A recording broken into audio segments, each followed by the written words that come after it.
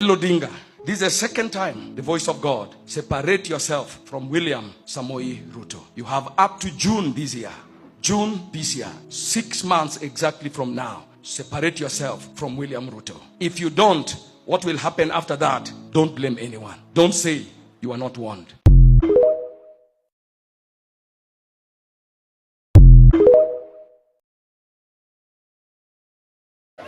That we are aware as a family and as Joluo and as Kenyans that you have very, very bad plans. You want to finish the life of Raila. And Ruto, we are warning you.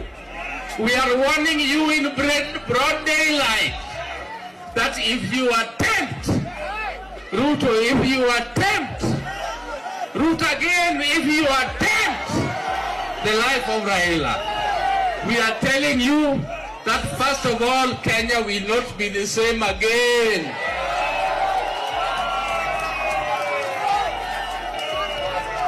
And Ruto, you should also know that that will be the beginning of the end of your rule as a president of Kenya.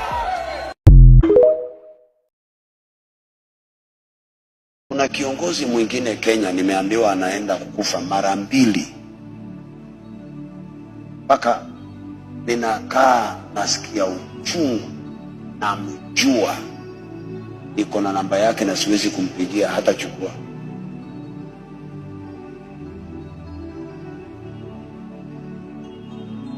Tena haijamaliza wiki ngapi? Nikienda Kitale nikaambiwa, unajua huyu anaenda kufa na kutafanyika hivi na hivi na hivi na hivi. Ni watu wawili peke yake ndio wanajua hiyo story. Nikitaja hiyo kitu itaingia TikTok kama yote. Yaani unajua ukweli kuhusu watu wakubwa, but your country is very young spiritually. You can't send the message.